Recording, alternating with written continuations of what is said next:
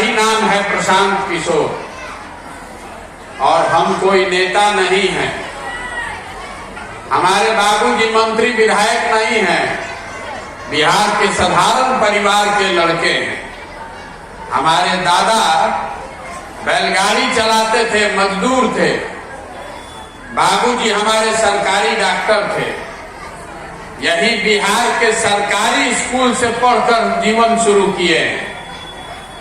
माता पिता का आशीर्वाद है, ऊपर वाले की कृपा है, जीवन में कुछ हासिल करने का अवसर मिला।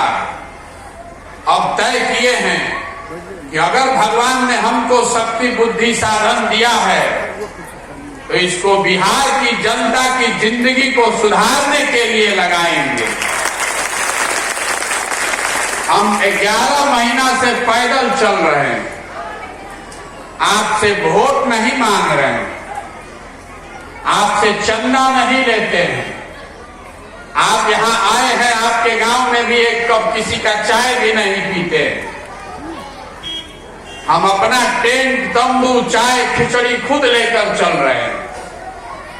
11 महीना हो गया पैदल चलते हुए। जैसे आज आपके गांव में आए हैं, ऐसे 3500 गांव में अभी तक हो आए। हर गांव में अब लोग अपनी समस्या बता रहे हैं, हम अपनी आंख से भी देख रहे हैं, लेकिन हम किसी का मदद भी नहीं करते हैं। हम नाली गली नहीं बनवाते हैं, आपको राशन कार्ड नहीं दिलवाएंगे, आपका इंदिरा आवास हम दिलाने नहीं आए हैं।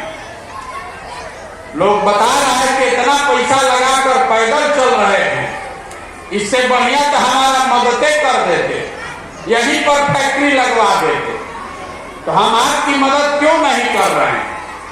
मदद इसलिए नहीं करते हैं कि मान लीजिए कि आपका एक दिन हम मदद कर भी दें, उससे तो आपका जीवन नहीं सुधरेगा। अगर आपके गांव पंचायत में फैक्ट्री लगा भी दिया जाए तो बिहार में तो 8,500 पंचायत है, 40,000 गांव है, सब जगह फैक्ट्री कैसे लगेगा? तो ये मछली बांटने का अभियान नहीं है। हमको ना आपसे कुछ लेना है और ना आपको कुछ देना है। हम ये आपको इतना ही बताने आए हैं कि आप अपनी गरीबी से, आप अपनी बदहाली से कैसे निकल सकते हैं। आप बात को सुनिए, समझिए, ठीक लगे तो अपनाइए और न ठीक लगे तो जहां है वैसे ही रहिए। हमको उससे कोई शिकवा शिकायत भी नहीं है। देखिए बिहार में इतनी गरीबी है, ज्यादातर आदमी खड़ा होकर कह रहा है कि सरकार अच्छा काम नहीं कर रही है। हम खड़ा होते हैं, नेताजी को कोसते हैं, गाली देते हैं, नेता अच्छा काम नहीं कर रहा। आप 5 वर्ष यहीं बैठ के बतियाते हैं, हम बिल्कुल उल्टा बात कह रहे हैं। मान लीजिए कि नेता सब अच्छा है, मान लीजिए कि 40 वर्ष कांग्रेस का राज रहा बिहार में, कांग्रेस कहती हमने बहुत काम किया, मान लीजिए सही है।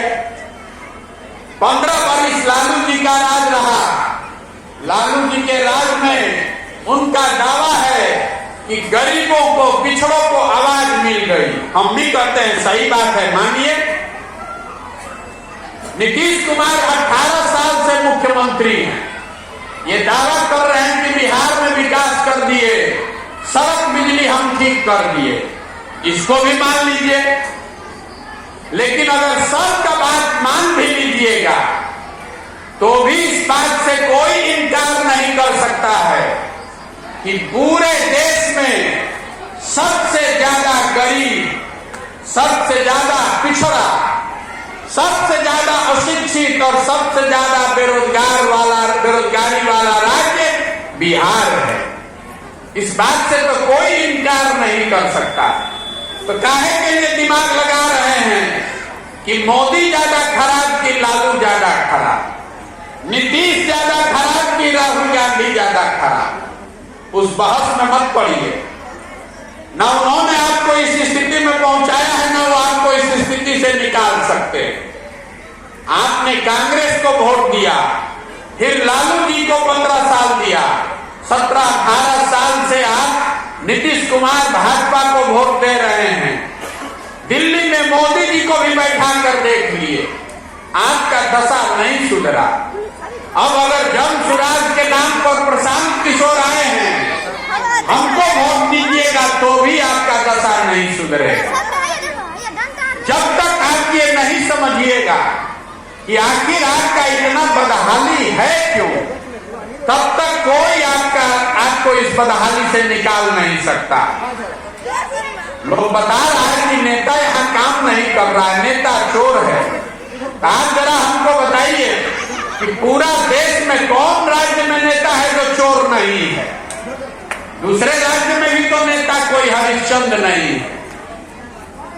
पूरे भारत भर में तो एक ही संविधान है, लेकिन तमिलनाडु में, पंजाब में, हरियाणा में, महाराष्ट्र, गुजरात में इतना गरीबी नहीं है, इतना लोग बदहाल नहीं है। क्यों नहीं है? जहां वो जड़ समझ लीजिएगा तो अपने आप आपको आगे जाने का रास्ता दिखेगा।